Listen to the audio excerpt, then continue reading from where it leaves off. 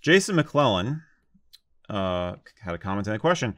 With most venues, like sports and music venues, adopting restrictive bag rules, and typical sporrans, meanwhile, exceeding those minimum size requirements, what do you think about either foregoing the sporran, gasp, and therefore losing out on an essential part of Highland wear, or going with something like a mini-sporran, or to complete the outfit, just to complete the outfit, even though it's not that useful, or just go with no sporran at all? Would an undersized sporran that meets the regulations look ridiculous, or is it a logical idea, or do you just wear pants? How do you get a sporran past security in this day and age? Yeah.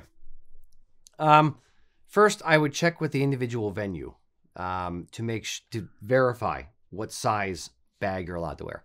I might even ask them, hey, how strict on the bag regulations are? Like, are you? Is it, if it's, 6 by 10, let's just say, is their bag regulation size?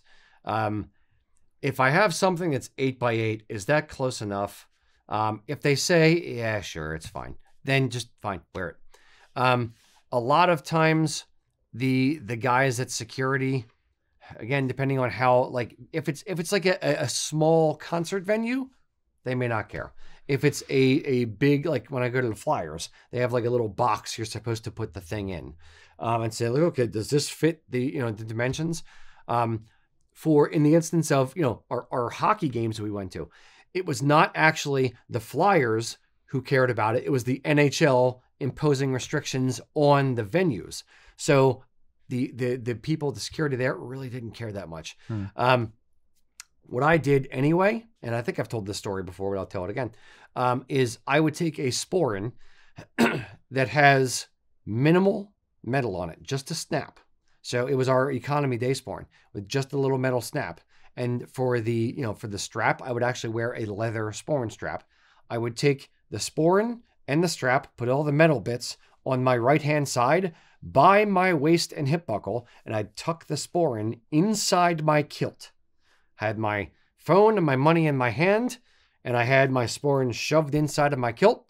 I went through security, put the phone and the money over there. Okay, guys, I'm good to go. Oh, yeah, there's a buckle there. That's why that metal's going off. Yeah, go ahead and do the wand thing. Cool. All right. Walk 10 feet in, pull the sporran out, put the phone and the money inside the sporran, walk in. No one bothered me the rest of the time.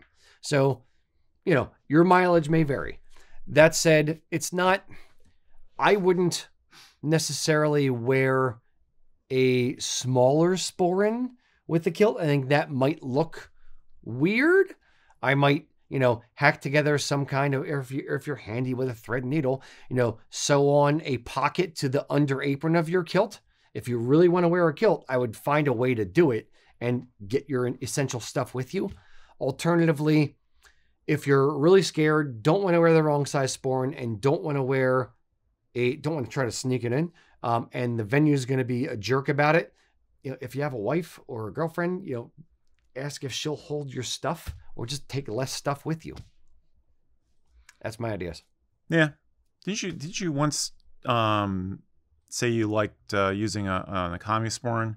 Yeah. Because if you could hide it, it was less. Yeah, that's what I said. Yeah, you did say economy. Yep, okay, my mistake. I didn't know if you specified the type of sporran, but yeah, Yep. simpler would be better. And if there is a problem and they make you give it up, then you're not losing much. Yeah, that's true. I think clearly you need a clear plastic sporran, made of the polypropylene or whatever. Now, most venues, in fairness to most venues, when you go into a venue, if they're going to have a screening station and a metal detector and that kind of stuff, it's usually before you hand the ticket. Yeah. So if you go through and they're like, oh, you have a pocket knife, you can still run out to your car, throw it in the car, and come back in. Same thing will go for your sporran. So it's just a matter of how much stuff do you want to bring in. Mm-hmm.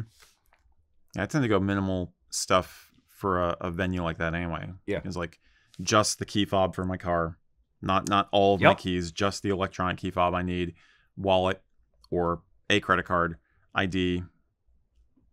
That's it. Yeah. You can, and phone. So you can minimize quite a bit if you need to.